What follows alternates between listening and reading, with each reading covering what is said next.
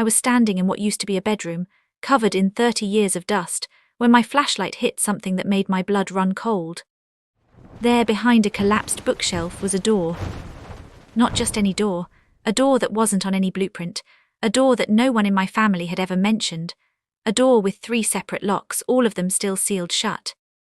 My hands were shaking as I pushed away the rotted books and debris.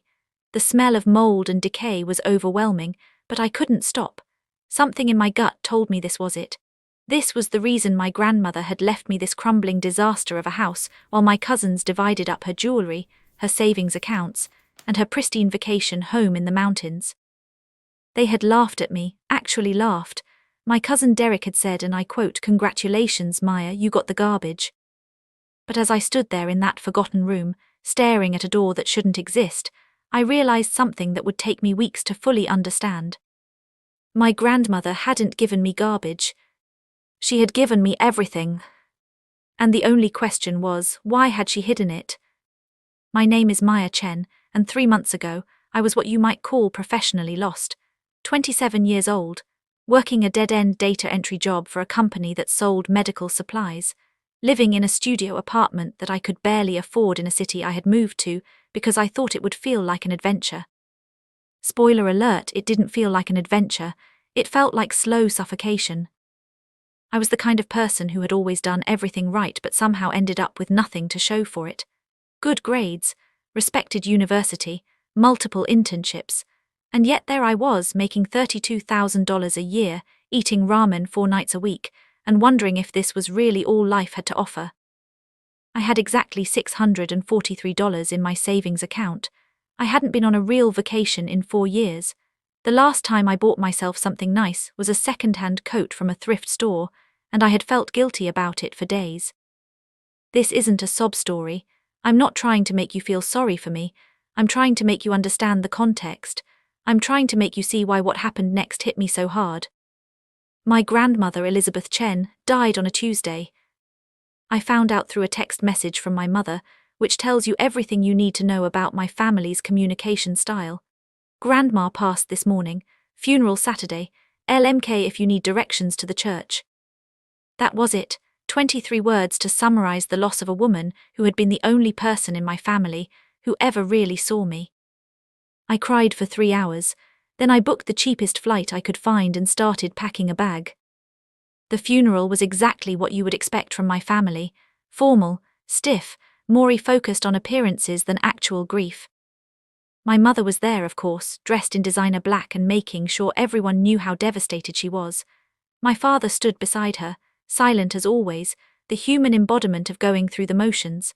My Aunt Patricia, my grandmother's other daughter, was practically vibrating with barely concealed impatience. And then there were my cousins. Derek, Patricia's oldest, was 34 and had never worked an honest day in his life. He had this way of looking at you that made you feel small, like you were something stuck to the bottom of his expensive shoes.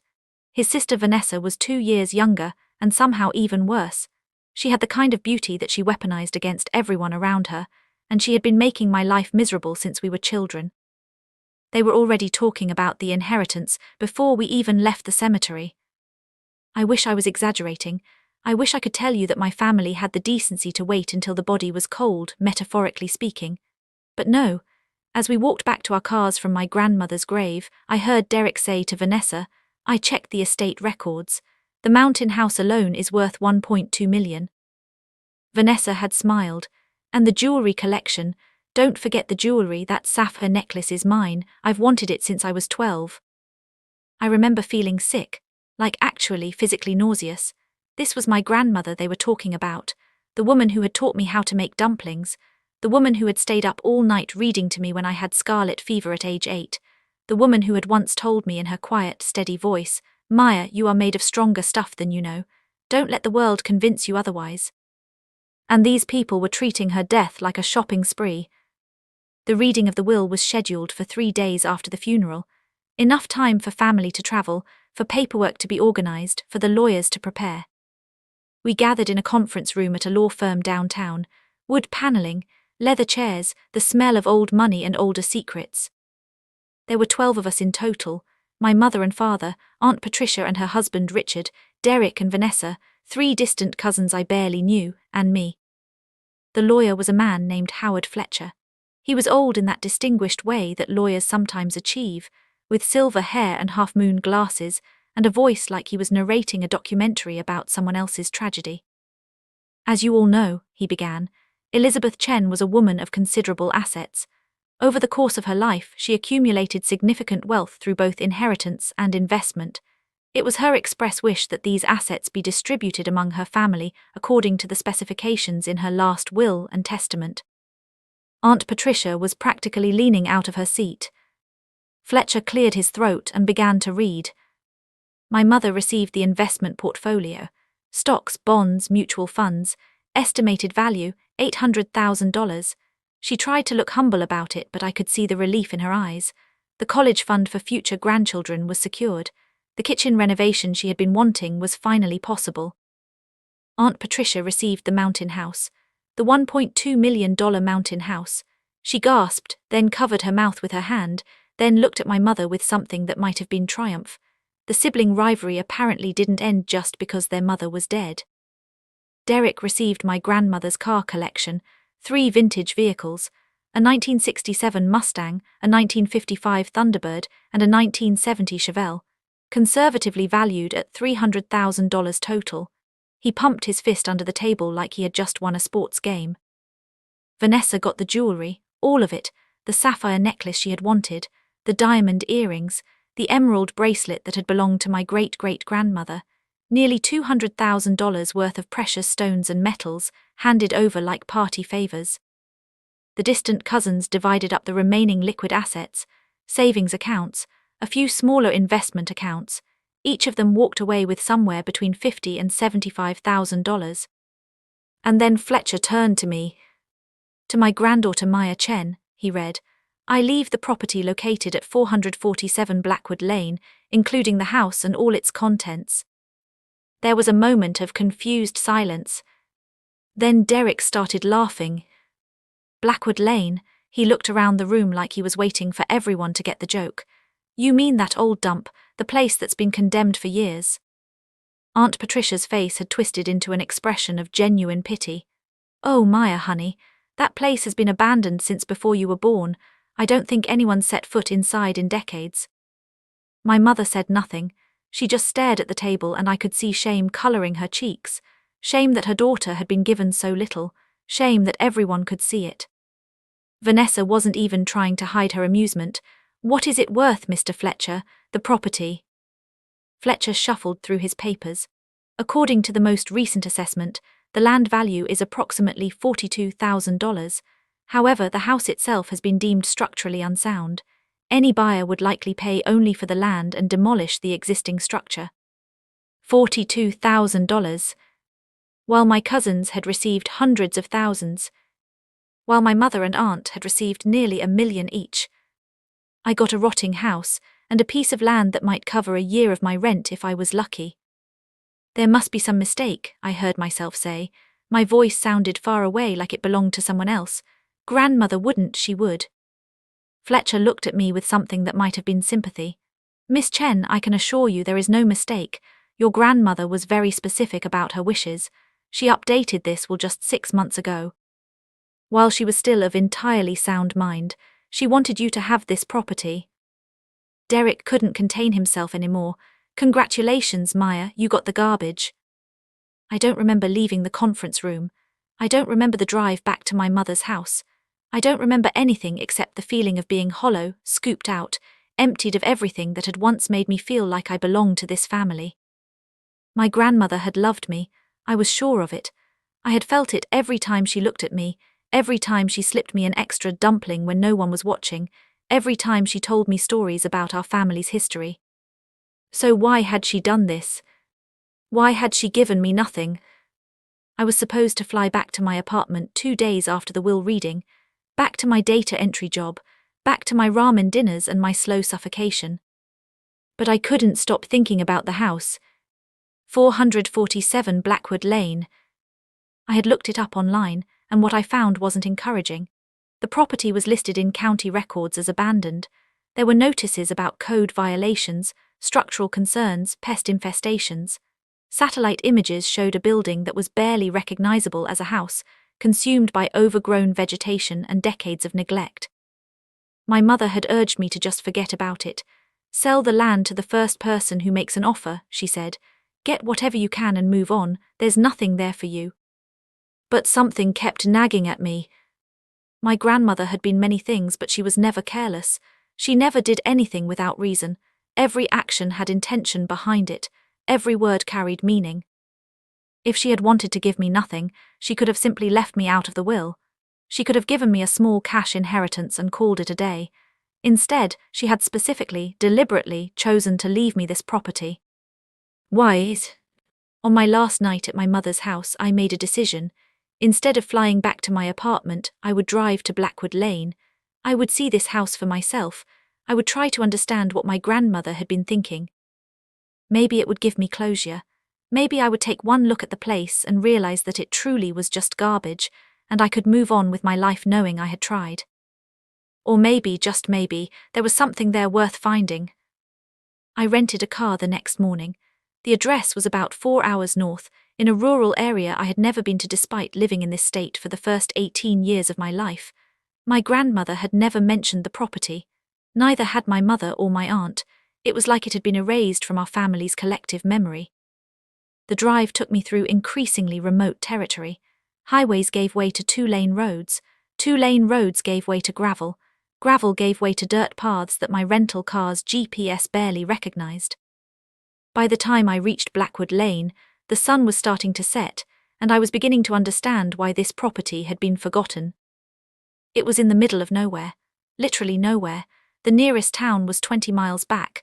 The nearest neighbor appeared to be at least 2 miles away, and even their property looked abandoned. The lane itself was barely a lane at all anymore.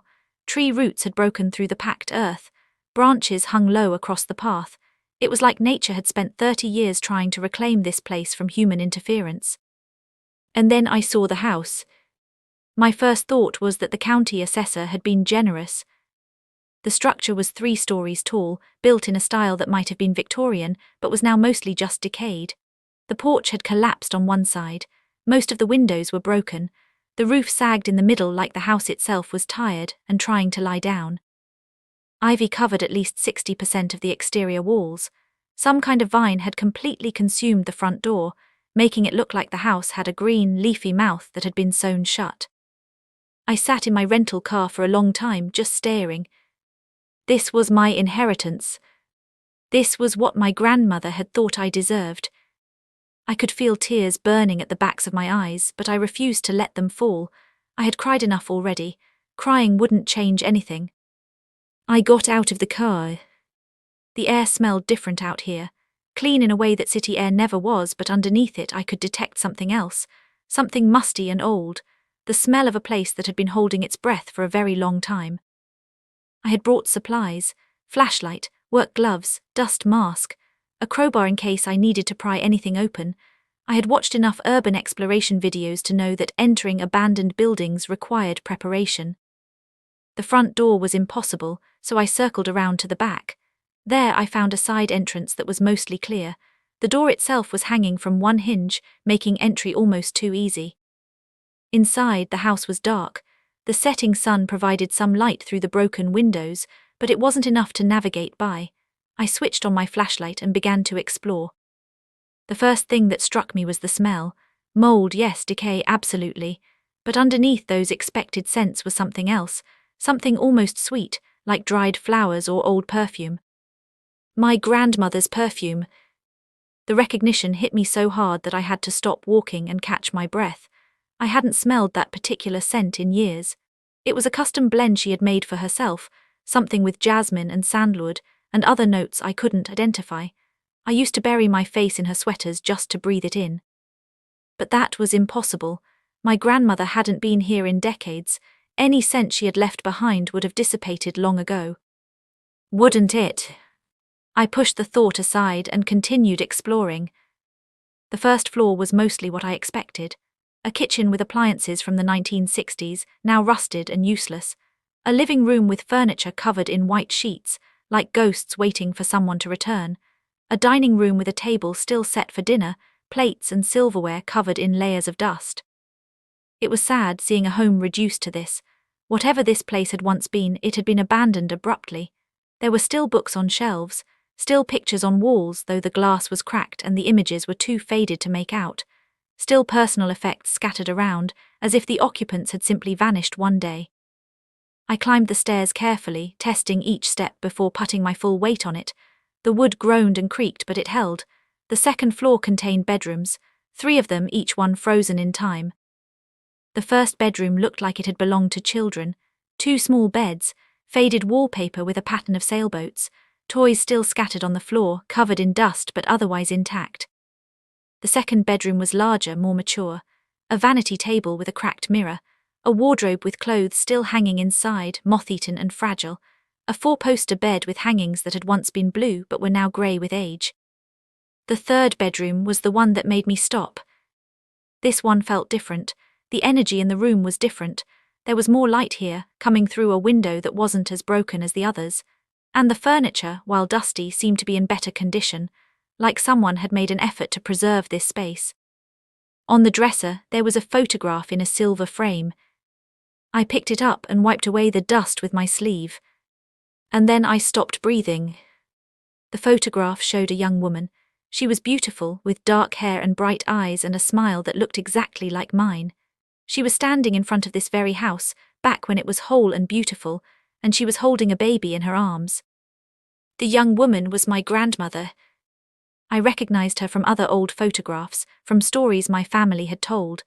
This was Elizabeth Chen in her 20s, radiant and full of life. But I had never seen this particular photograph before. And I had definitely never seen the baby. I turned the frame over. On the back, in faded handwriting I recognized as my grandmother, was a single line. My darling son, 1962. My grandmother had 2 daughters, my mother and my aunt, born in 1965 and 1968 respectively. So who was this baby from 1962? Who was this son that no one had ever mentioned? I don't know how long I stood there, holding that photograph, trying to make sense of what I was seeing. A son, my grandmother had had a son. 3 years before my mother was born, she had held this baby in her arms and called him her darling. Where was he now? What had happened to him? Why had no one in my family ever spoken about him? I started searching the room with new intensity. If there was one secret hidden here, there might be more. In the closet, behind rows of decaying clothes, I found a trunk. It was heavy wood, reinforced with metal, and it was locked. I tried to open it, but the lock held firm. This is where my crowbar came in handy. Inside the trunk, I found decades of secrets. Letters, hundreds of them, bundled together with ribbon that crumbled at my touch. Journals, at least a dozen, leather-bound and filled with my grandmother's handwriting. Photographs, so many photographs, all of people I didn't recognize, in places I had never seen. And documents, official documents, birth certificates, medical records, legal papers with stamps and signatures and dates that spanned nearly 60 years. It was too much to process in the fading light. I gathered everything I could carry and brought it downstairs to the living room, where the windows let in more of the dying sun. I cleared space on one of the sheet-covered sofas, creating a makeshift workstation for myself. And then I began to read. The letters were addressed to my grandmother from someone named James. From the earliest dates, I gathered that James and my grandmother had known each other since childhood. The letters spoke of shared memories, inside jokes, a bond that seemed unbreakable. Then the tone changed. The letters became romantic, passionate even. James wrote about his love for Elizabeth, about his dreams of their future together, about his certainty that they were meant to be. But there was a problem. James was married.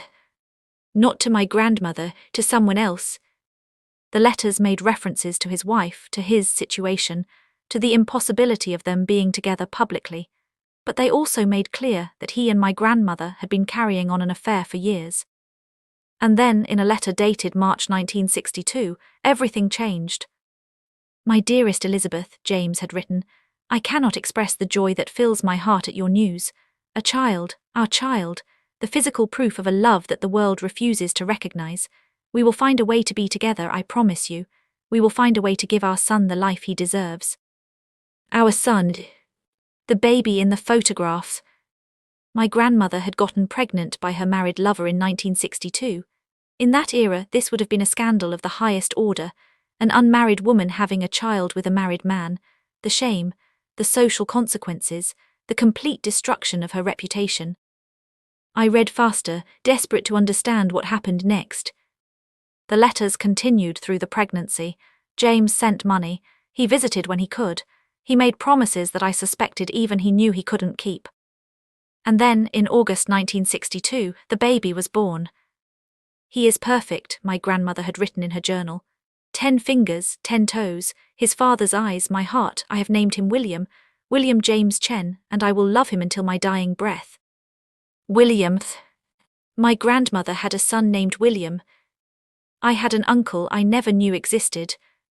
The letters and journals painted a picture of the year that followed. My grandmother lived in this house with baby William. James visited when he could, which wasn't often. His wife was suspicious. His family was demanding his attention. His excuses were running thin.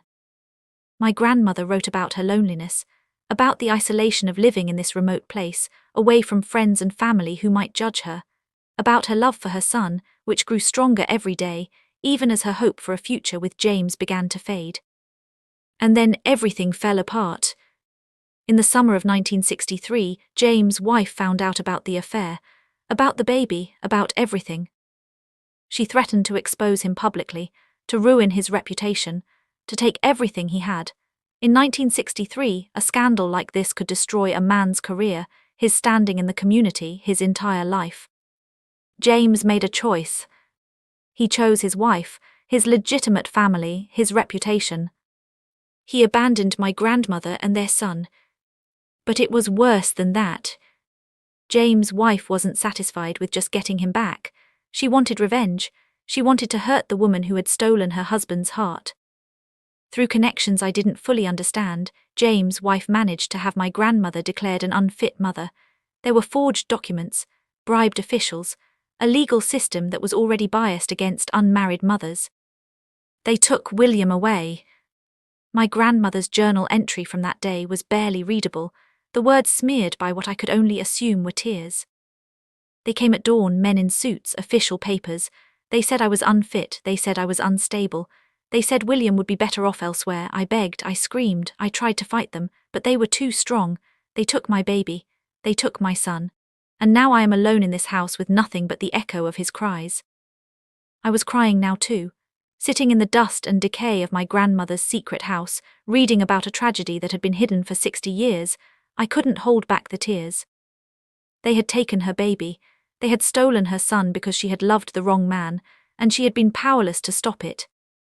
The journals continued, but the tone was different.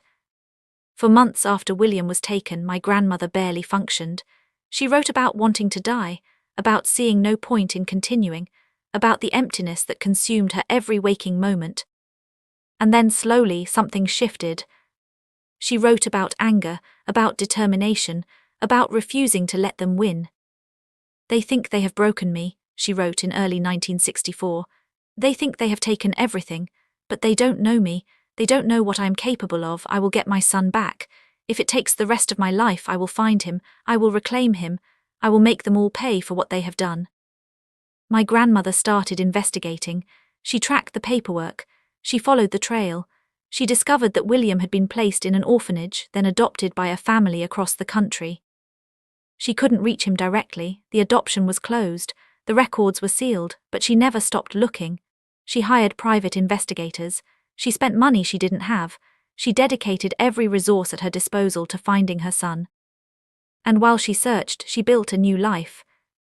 In 1964, she met my grandfather, Robert Chen. He was kind and patient and didn't ask too many questions about her past. They married in 1965, the same year my mother was born. My grandmother never told him about William. She never told anyone. She buried the secret so deep that it became just another part of the foundation she built her new life upon. But she never forgot. The journals continued through the decades. Each year she recorded her progress in finding William. Each year the trail got a little warmer. And finally, in 1985, she found him. William Chen, born 1962, had been renamed William Patterson by his adoptive family. He had grown up in Ohio, he had become a teacher, he had married, had children of his own. He was alive, he was well. He had no idea that his biological mother had never stopped searching for him. My grandmother wrote about the terror of reaching out, the fear of rejection, the possibility that this man she had carried in her body, nursed at her breast, loved with every fibre of her being, might not want anything to do with her. But she reached out anyway. The letter she wrote him was included in the trunk, a copy clearly kept for her own records. "Dear William," it began, "you don't know me, but I know you. I am the woman who gave birth to you on August 14, 1962 in a house on Blackwood Lane. I am the woman who loved you more than life itself. I am the woman who lost you through no fault of your own and who has spent 23 years trying to find you again. I don't expect anything from you. I don't ask for forgiveness or understanding. I simply wanted you to know you were never forgotten. You were never unloved, not for a single moment of your life." William wrote back. His response was in the trunk too, and reading it broke me open all over again. "Dear Elizabeth," he had written, "I have spent my entire life feeling like something was missing, like there was a piece of myself I couldn't locate. I always knew I was adopted.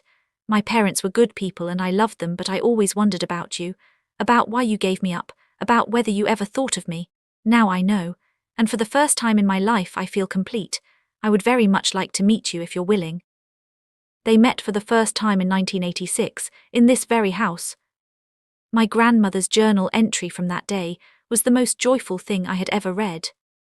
"He looks like his father, he has my smile. He held my hand and told me he forgave me even though I had done nothing that required forgiveness. We talked for hours. He met his sisters without ever knowing who they really were. He has children, Maya. I have grandchildren I never knew about. My heart is so full it might burst." I stopped reading. Wait. He met his sisters. My mother and my aunt had met William. I flipped frantically through the journals, looking for more information. The picture that emerged was complicated. William had met my mother and aunt at a family gathering in 1986. He had been introduced as a distant cousin, someone my grandmother had reconnected with through genealogy research. No one suspected the truth. My grandmother had wanted to tell them, had planned to tell them, but the timing was never right. My grandfather was still alive, the scandal would have devastated him, and by the time he passed away in 1995, keeping the secret had become a habit, an ingrained pattern, something she didn't know how to break. So she maintained both lives, her public family who knew nothing, and her secret son who knew everything. William visited her regularly, they talked on the phone, they exchanged letters, they built a relationship that spanned decades. And then in 2019, William died.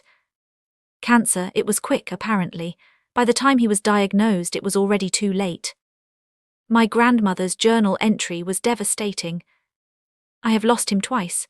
Once when they stole him from me, once when death stole him from us both. I am 93 years old. I have outlived my firstborn child. There is no grief that compares to this." She had 4 more years to live after that, 4 years of carrying this secret alone. Until she left it all to me. I was so deep in the journals that I almost forgot where I was. Night had fallen completely. My flashlight was my only source of illumination, and I had barely explored the 3rd floor. Something was drawing me upward, a feeling, an instinct. My grandmother had hidden so much in this house. What else was there to find? The stairs to the 3rd floor were in worse condition than the others. I had to test each step carefully, and twice I felt the wood start to give beneath my weight, but I made it to the top. The 3rd floor was smaller than the ones below, just 3 rooms tucked under the eaves, an attic essentially converted into living space. The first room was empty, except for old furniture draped in sheets. The second room had been a sewing room at some point. There was an ancient machine, bolts of fabric that had been eaten by moths, patterns yellowed with age. The third room was the one with the hidden door.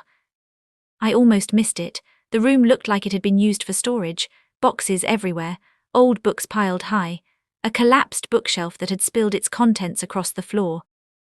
But as I was picking my way through the debris, my flashlight caught something that didn't make sense. Behind the bookshelf, barely visible, was the edge of a door frame. I pushed the bookshelf aside. It fell apart in my hands, decades of termite damage rendering the wood fragile as paper. And there it was. A door, set into the wall at an angle, like it led to a space that had been carved out beneath the roof. There were 3 locks on it, heavy industrial locks that seemed completely out of place in this Victorian house. Why would there be a hidden door with 3 locks in my grandmother's secret house? I tried the locks, all sealed. Whatever was behind this door, someone had wanted it to stay that way. But I had a crowbar, and I had come too far to stop now. Breaking the first lock took almost 20 minutes. The metal was old but strong, and my crowbar wasn't exactly designed for this kind of work. The second lock was easier. The mechanism was different, more corroded, and it gave way with a satisfying crack. The third lock was the hardest. It was newer than the others, maybe only a few years old. Someone had replaced this lock recently. Someone had been here in this supposedly abandoned house and had reinforced whatever was behind this door. But eventually it broke too. I pushed the door open and I stepped into the unknown. The space beyond was small, maybe 8 feet by 8 feet, low ceiling forcing me to duck slightly, no windows. But it wasn't empty. There were shelves on every wall, shelves filled with boxes, folders, envelopes. There was a desk in the center, small but sturdy. On the desk was a laptop, a modern laptop, a laptop that had no business being in a house that was supposed to have been abandoned for decades. And on the chair behind the desk was an envelope with my name on it. Maya's. My grandmother's handwriting. My grandmother's hand, which had written those journal entries, those letters, those decades of documented grief. She had left this for me. She had known I would find it. I sat down in the chair, my hands trembling, and I opened the envelope. My darling Maya, if you're reading this, then I am gone and you have found your way to this house. I knew you would. Of all my grandchildren, you are the one who never stopped asking questions. You are the one who always wanted to understand.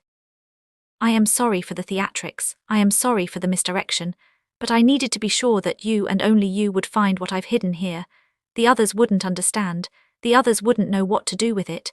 But you will. I have faith in you, Maya. I have always had faith in you. Let me explain. You know about William now, my firstborn, my secret son, the child who was stolen from me and who I spent decades trying to reclaim. What you may not know is that William had children, 3 of them, your cousins in a sense, though they carry a different name. They are the grandchildren I was never supposed to have, the legacy I was never supposed to leave. But William is dead and his children don't know who they really are. They don't know about me, they don't know about our family. William wanted to tell them, but he ran out of time. I have left you this house for 2 reasons. The first is what you've already found, the journals, the letters, the photographs, the documentation of a secret I kept for 60 years. I need someone to know, I need someone to understand. I couldn't bear the thought of dying and leaving no record of what happened to me, to William, to all of us. You are my witness, Maya. You are the keeper of my memory. The second reason is in the boxes on these shelves. Before William died, he and I worked together on something, a project that consumed the last years of both our lives. We traced the money.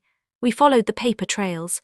We uncovered every dirty secret of every person who had conspired to take him from me. James, his wife, the officials they bribed, the lawyers who filed false documents, the entire network of wealth and corruption that destroyed our family. Some of them are dead now. Justice isn't possible for all of them. But some of them are still alive, and their descendants certainly are. In these boxes you will find evidence, proof of fraud, proof of bribery, proof of conspiracy, documents that could destroy fortunes, documents that could put people in prison, documents that are worth more than you can possibly imagine. Not because of what they prove, because of who they incriminate. James, the man who fathered William and then abandoned us both, was James Wellington, as in the Wellington family, as in one of the wealthiest families in this country. His wife, the woman who orchestrated William's kidnapping, was Margaret Wellington, and she is still alive, 95 years old and sitting on a fortune built partially on suffering. The Wellingtons know that these documents exist. They've spent decades trying to find them. They've sent people to this house. They've tried to buy the property. They've attempted everything short of burning it to the ground, and I suspect they've considered that too. That's why the locks, that's why the hiding, that's why I've kept this place secret from everyone, even my own family. But you're different, Maya. You're strong in ways you don't even understand yet. You're smart, resourceful, determined. You're the only person I trust to handle what comes next. Here's what I want you to do. In the desk drawer, you'll find a folder marked Instructions. It contains everything you need to know. Contact information for a lawyer I trust, an accountant who knows how to manage sudden wealth, a security consultant who can keep you safe. Yes, sudden wealth. Because here's the thing, Maya. The Wellingtons will do anything to keep these documents from becoming public. Anything, and that means they'll pay whatever you ask, millions, tens of millions, possibly more. Or if you prefer, you can take a different path. You can release the documents, you can expose the truth, you can destroy the Wellington family the way they tried to destroy me. I leave the choice to you. Either way, you will have more than enough to live whatever life you want. You will never struggle again. You will never eat ramen because you can't afford real food. You will never feel lost or hopeless or small. You will be free. That's all I ever wanted for you, Maya. Freedom, the freedom I was denied, the freedom that was stolen from me. I love you, I have always loved you. I saw myself in you from the moment you were born. You have my stubbornness, my determination, my refusal to accept what the world tries to tell you. Use those gifts, change your life, and maybe if you can find it in your heart, find William's children, tell them about their father, tell them about me, give them the family history they deserve to know. You are my greatest legacy, Maya, greater than any money or property or secret. You are the proof that something good came from all this pain. All my love forever. Your grandmother, Elizabeth. I don't know how long I sat there, holding that letter, trying to process what I had just read. My grandmother had left me leverage over one of the wealthiest families in the country. She had left me the key to millions of dollars. She had left me the power to destroy lives or to transform my own. It was too much, way too much. I was just a data entry clerk. I was nobody special. How was I supposed to handle something like this? But I had to start somewhere. I had to see what was actually in those boxes. I stood up on shaky legs and approached the shelves. The boxes were labelled by year. Some dated back to the 1960s. Others were as recent as 2022. I pulled down a box from 1963. Inside were original documents, the forged paperwork declaring my grandmother unfit, the bribed official's testimony, handwritten notes from lawyers discussing their conspiracy. I pulled down a box from 1985, bank statements showing payments to officials, correspondence between Margaret Wellington and various powerful people, a web of influence and corruption that spanned decades. I pulled down a box from 2020, modern documents, computer printouts, financial records showing the current scale of the Wellington fortune, legal analyses of what they stood to lose if these documents became public. According to one assessment prepared by a law firm William had hired, the potential liability was staggering. Wrongful death claims, fraud charges, conspiracy convictions, the Wellington family could lose everything. No wonder they wanted these documents destroyed. I found the folder marked Instructions in the desk drawer. Inside were names and phone numbers, a lawyer named Patricia Nguyen, an accountant named Robert Kim, a security consultant named David Martinez. There were also step-by-step instructions for what to do next, how to make contact safely, how to protect myself from retaliation, how to negotiate from a position of strength. My grandmother had thought of everything. She had spent years preparing for this moment, the moment when I would sit in this room and realize that my life was about to change forever. I pulled out my phone, no signal of course, this place was too remote. I would have to wait until morning. I would have to drive back to civilization. I would have to start making phone calls and trust that the people my grandmother recommended were actually trustworthy. It was terrifying, it was overwhelming, it was the most important decision of my life. But as I sat there in that hidden room, surrounded by decades of secrets, I realized something. My grandmother had believed in me. She had chosen me specifically, not my mother, not my aunt, not Derek or Vanessa or any of the cousins who had mocked me for getting the garbage. She had looked at her entire family and decided that I was the one who could handle this. And maybe it was time for me to believe in myself too. I didn't sleep that night. I spent hours going through the boxes, trying to understand the full scope of what my grandmother had collected. The evidence was overwhelming: financial records, witness statements, correspondence, audio recordings on cassette tapes which I couldn't play but which were labeled with dates and participants. James Wellington had died in 1998, so he was beyond any earthly justice. But Margaret Wellington was still alive. And their children, who had benefited from the cover-up for their entire lives, were some of the most powerful people in the country. Charles Wellington was a senator. His sister Elena ran a media empire. Their cousin David controlled a private equity firm worth billions. These were people who could make problems disappear. People who had made problems disappear, judging by some of the documents I found. They were also people who would pay handsomely to keep their secrets buried. As the sun rose, I made my decision. I wasn't going to expose them, not yet, maybe not ever. I know that might seem like a moral failing. These people had done terrible things. They had stolen a baby from his mother. They had covered up crimes for 60 years. They deserved to face consequences. But I wasn't a crusader. I wasn't a journalist seeking truth and justice. I was a 27-year-old woman with $600 in my savings account and no real power of my own. What I could do was negotiate. What I could do was take the money and use it to build a life, a real life, a life where I had resources and security and the ability to help others. And if, somewhere down the line, I decided the Wellingtons still deserved to face justice, I could always release the documents then. The evidence would wait. It had waited 60 years already. It could wait a little longer. I gathered everything I needed: the letter from my grandmother, the folder of instructions, a selection of the most damning documents to prove what I had. And then I drove back to civilization. The lawyer my grandmother had recommended, Patricia Nguyen, worked out of a small office in the city. She was in her 60s, sharp-eyed and no-nonsense, and she had clearly been expecting my call. "Elizabeth told me about you," she said when I showed up at her office 3 days later. "She said you would come eventually. She said you were the only one she trusted." I showed her what I had: the letter, the documents, the evidence. Her eyes widened as she read. "Do you have any idea what you're holding?" she asked. "I'm starting to," I said. Patricia leaned back in her chair.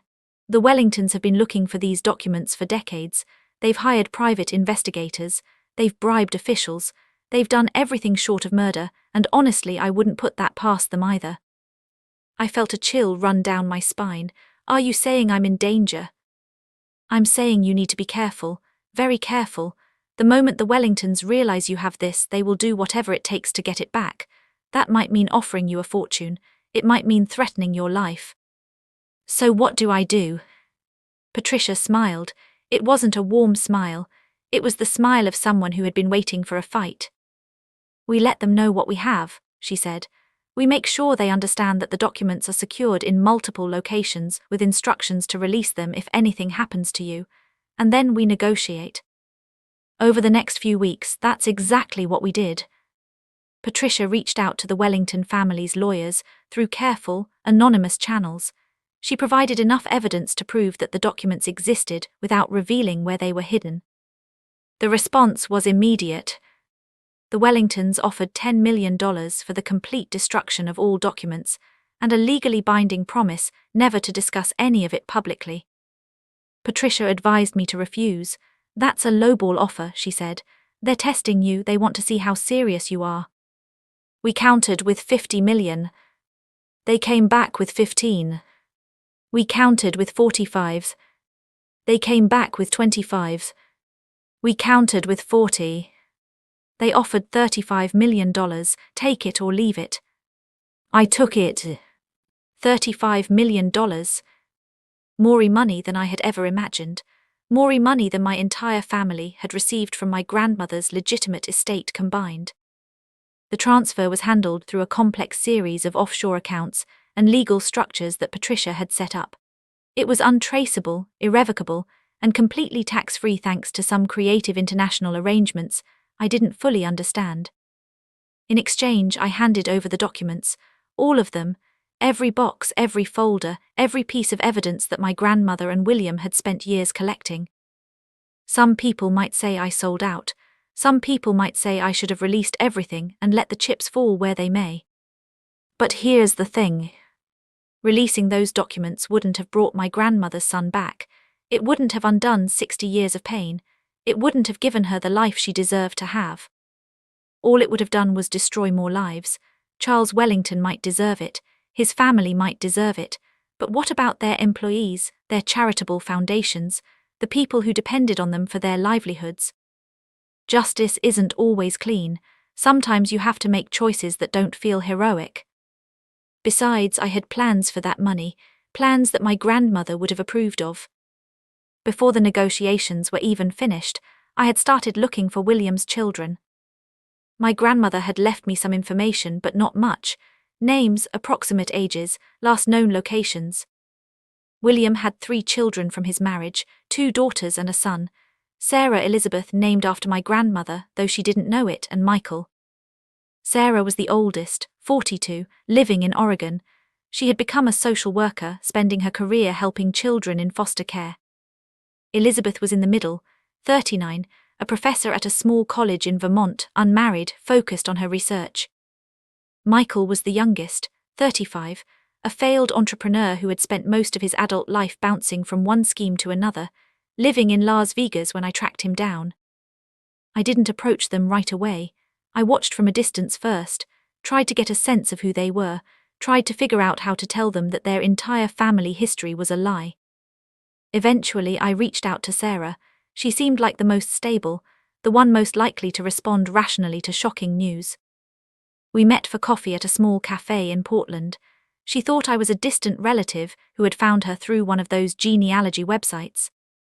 I told her the truth. All of it. Her father was adopted. His biological mother was my grandmother. He had been stolen as an infant by a corrupt system controlled by wealthy interests. He had spent his entire life not knowing where he really came from. And now, through me, he had a family. Sarah cried, for a long time. Right there in the cafe with strangers watching, she broke down and wept. He always knew something was wrong, she said finally. He always felt like there was a piece missing. He talked about it all the time. He said he felt like he was living someone else's life. I gave her the journals, the letters, the photographs.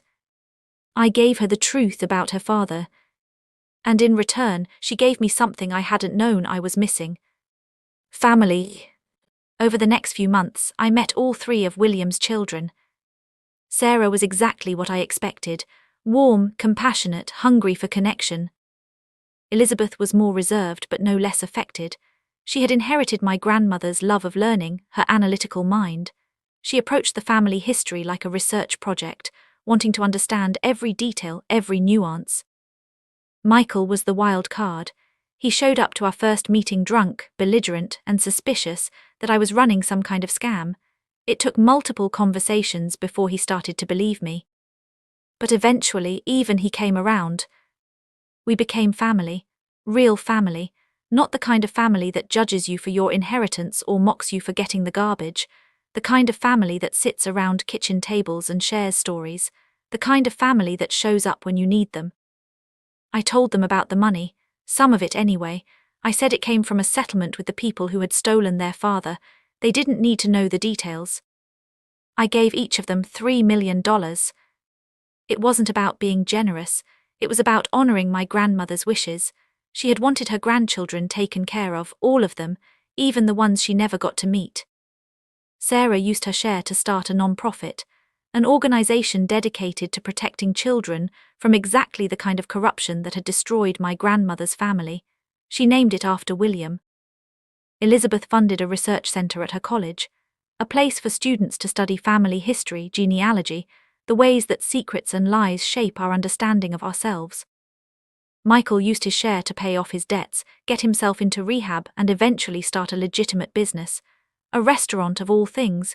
He named it Elizabeth's, after both his sister and the grandmother he never knew. They were good people, better than my actual cousins, certainly, better than most of my so-called family. And for the first time in my life, I understood what it meant to belong. I knew I would have to tell my mother eventually. About William, about the house, about the money. I put it off for months, made excuses, avoided phone calls. I wasn't ready to see her face when she realized that her mother had kept a 60-year secret from her, that she had a brother she never knew about, that the inheritance she had mocked was worth more than everything else combined. But eventually, the conversation had to happen. We met at her house, just the two of us. My father was conveniently out of town. I brought the journals, the photographs, the letter my grandmother had left for me. I put everything on the kitchen table and said, "There's something you need to know." My mother's reaction was everything I expected, and nothing I was prepared for. At first she didn't believe me. She insisted the documents were fakes. She demanded to know what kind of scam I was running. Then, as she read more, disbelief turned to horror. She realized this was real. Her mother had had another child, a child who had been stolen, a child she had unknowingly met at family gatherings without ever knowing who he really was. And then horror turned to anger. How could she not tell us? My mother's voice was raw. How could she keep this secret for 60 years? We were her daughters, we deserved to know. I tried to explain the shame of that era, the fear of scandal, the impossibility of breaking a pattern that had been set so long ago. But my mother wasn't interested in explanations. She was interested in the money. "How much did you get?" she demanded. "From this settlement, how much?" I told her. Her face went through several colors. White, red, purple. I thought she might have a stroke right there in her designer kitchen. $35 million, she repeated.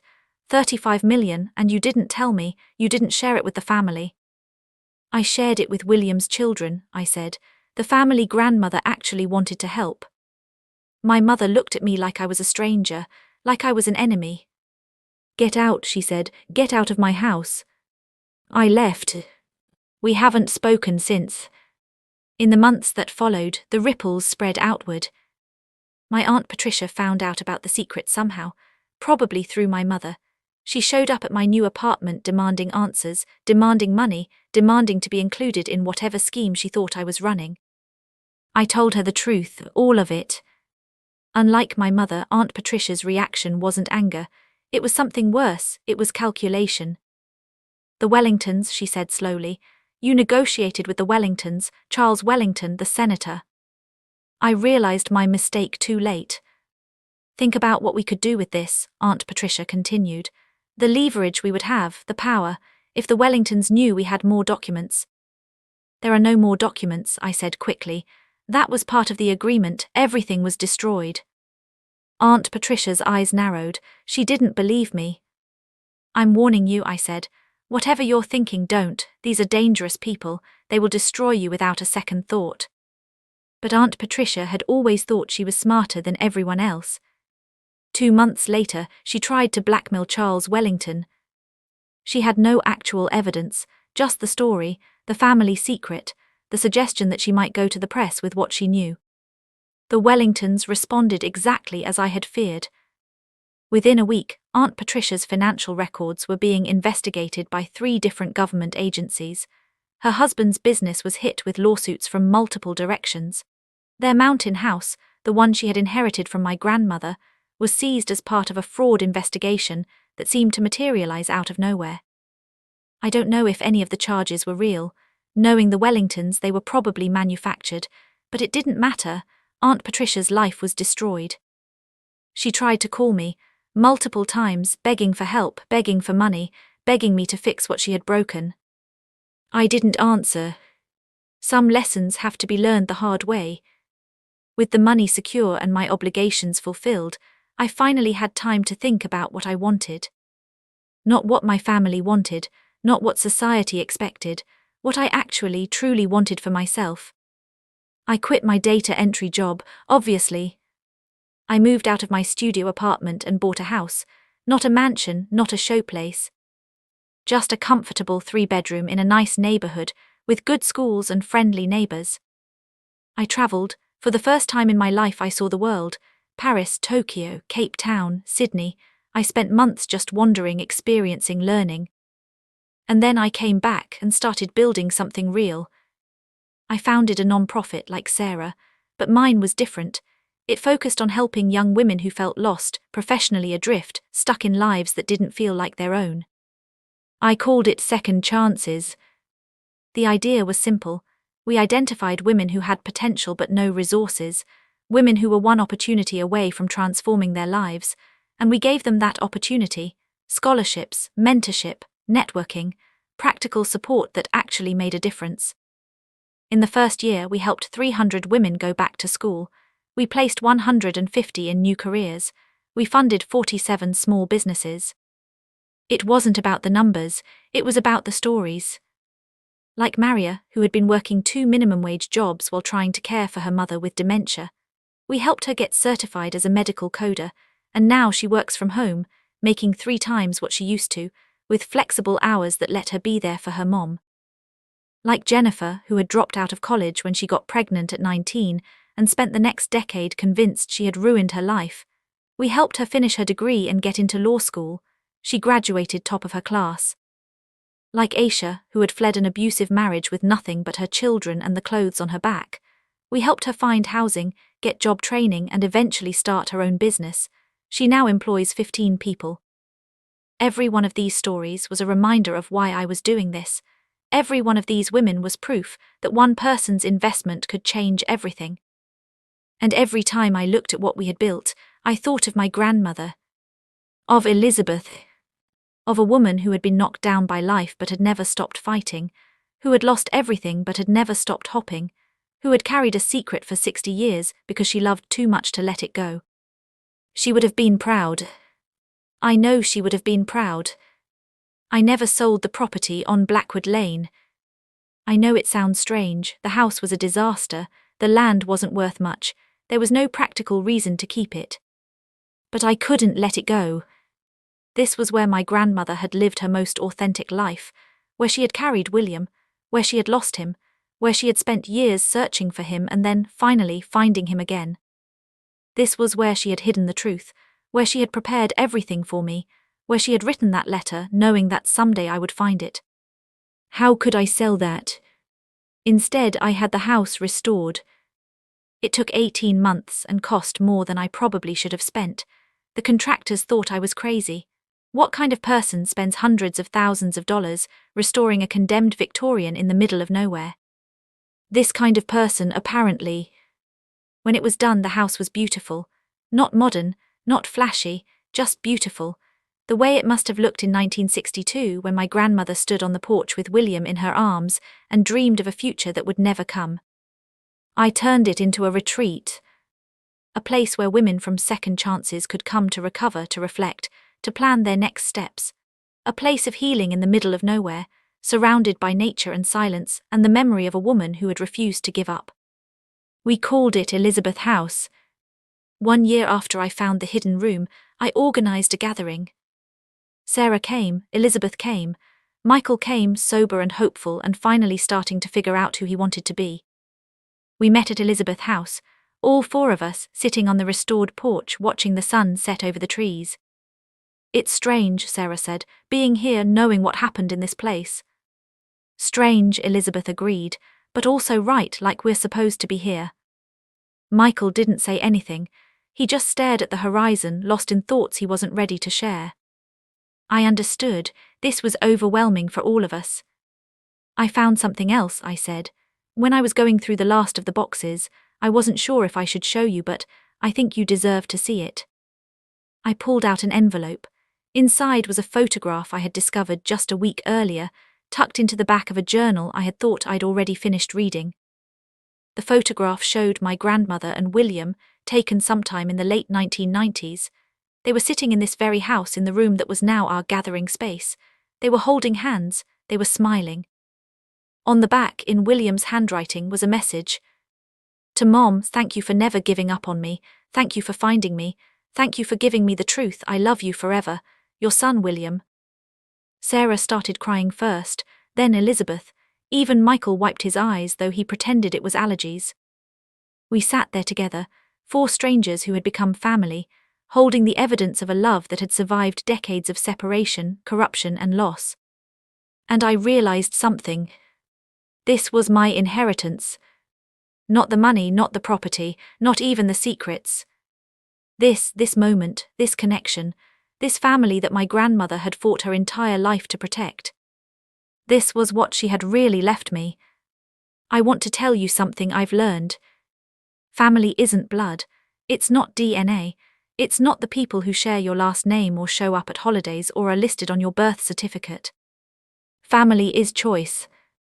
Family is the people who show up for you, who believe in you, who fight for you even when it's hard, who love you not because they have to but because they want to.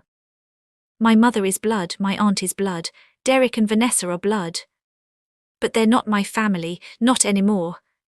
Sarah and Elizabeth and Michael are my family. The women of Second Chances are my family. The community we've built at Elizabeth House is my family. And my grandmother, who loved me enough to trust me with her secrets, who believed in me enough to give me this responsibility, who saw something in me that I hadn't yet learned to see in myself. She was my family most of all. I should tell you what happened to my cousins. Derek, who had laughed at me for getting the garbage, eventually burned through his inheritance. The cars he received were valuable, but he made poor decisions, sold them to finance a business that failed, invested the rest in cryptocurrency at exactly the wrong time. Last I heard, he was working at a car dealership, selling other people's dreams because he couldn't afford his own anymore. Vanessa's story was more complicated. She wore my grandmother's jewelry for exactly 2 years, showed it off at parties, posted photos on social media, made sure everyone knew how valuable her inheritance was. Then she needed cash. She tried to sell the sapphire necklace, the one she had wanted since she was 12. She took it to an appraiser, expecting to walk away with at least $50,000. The appraiser laughed. The stones were synthetic, the metal was plated. The entire collection, every piece that Vanessa had flaunted for 2 years, was worth maybe a few $100s total. My grandmother, it turned out, had replaced the real jewelry years ago, sold it to fund her investigation, to pay for the private detectives who would eventually find William, to build the case that would one day be worth $35 million. She had given Vanessa exactly what Vanessa deserved. Nothing. I don't know if this was intentional. I don't know if my grandmother planned this specific humiliation, but I like to think she did. I like to think that even from beyond the grave, she found a way to deliver justice to the people who had treated her memory as nothing more than a lottery ticket. You're probably wondering what happened with the Wellingtons. For the most part, nothing visible. They paid their money, they got their documents, they went back to their lives of privilege and power. Charles Wellington is still a senator. Elena Wellington still runs her media empire. The family still donates to all the right causes and shows up at all the right events. But something changed. Maybe it was my Aunt Patricia's attempt at blackmail. Maybe it was the reminder that their secrets weren't as buried as they thought. Maybe it was just the weight of guilt that had been building for 60 years. Margaret Wellington, the woman who had orchestrated my grandmother's destruction, died 6 months after our settlement was finalized. I read her obituary with complicated feelings. She was 95 years old. She had lived a full life. She had grandchildren and great-grandchildren, and a legacy of philanthropy that would outlast her. But she had also stolen a baby from its mother. She had used her wealth and power to destroy a family. She had spent 6 decades pretending that nothing had happened. I hope she thought about it at the end. I hope she remembered what she had done. I hope she felt some fraction of the pain she had caused. But I don't know, I'll never know. Some questions don't have answers. It's been 3 years since I found the hidden room. In that time, everything has changed. I have a purpose now, a community, a reason to get up in the morning that has nothing to do with data entry or ramen dinners or slow suffocation. Second Chances has helped over 2,000 women transform their lives. Elizabeth House has hosted retreats for hundreds more. The ripple effects spread outward, touching people I'll never meet, changing trajectories I'll never know about. Sarah and Elizabeth and Michael have become the siblings I never had. We talk every week. We gather every few months. We're building a family history that our children and grandchildren will inherit. I even started dating again. His name is James, which I know is ironic. He's a teacher like William was. He's kind and patient and doesn't care about my money or my complicated family history. He just cares about me. We're not married yet. We're taking it slow. But for the first time in my life, I can imagine a future that includes partnership. That includes the possibility of children. That includes the kind of love my grandmother never got to have openly with William's father. The house on Blackwood Lane stands restored, a monument to secrets and survival. Every time I visit, I feel my grandmother's presence, in the walls she hid behind, in the rooms she walked through, in the door she locked to protect her truth. She's gone now, gone for 3 years, but she's not forgotten. She'll never be forgotten. Hear what I want you to understand. When my family gathered in that conference room for the reading of the will, they thought they knew what inheritance meant. Money, property, jewelry, cars. Tangible things, things you could count, things you could show off. But they were wrong. Real inheritance isn't about stuff. It's not about bank accounts or real estate or collections of shiny objects. Real inheritance is about what you pass on, what you teach, what you model through your actions. My grandmother passed on resilience, the ability to survive heartbreak and keep going, the strength to carry a secret for 60 years because letting it out would hurt more people than it would help. She passed on determination, the refusal to give up on the people you love, the commitment to searching for William for 23 years because she knew in her heart that he was out there somewhere. She passed on faith, not religious faith but something equally powerful, the belief that I was capable of handling what she had hidden, the trust that I would make the right choices when the time came. That's what she really left me. Not a ruined house, not documents worth millions, not even the money itself. She left me the belief that I was worthy of trust, that I was strong enough to face the truth, that I could take something broken and make it beautiful again. That's an inheritance worth more than any number on a check. That's an inheritance that lasts forever. A year after everything happened, I wrote a letter. Not to anyone living, to my grandmother. I know she couldn't read it. I know it was just words on paper sent into the void, but I needed to say what I was feeling. I needed to close the circle. Hear what I wrote. Dear grandmother. I found it, everything. The house, the room, the documents, the truth about William, the truth about you. I don't know if I've done everything right. I don't know if you would approve of all my choices, but I've tried. I've tried to honor what you gave me. I've tried to use it for good. Sarah and Elizabeth and Michael send their love. They never met you, but they know you now. Through your journals, through your photographs, through the stories that we share about you around kitchen tables and on quiet porches. You are not forgotten. You will never be forgotten. I wish you were here. I wish I could ask you questions. I wish I could hear your voice one more time, telling me that I'm made of stronger stuff than I know. But I think I finally believe it now. I am strong, I am capable, I am worthy. You taught me that, not through words but through example, through the way you lived your life, through the way you refused to let them break you.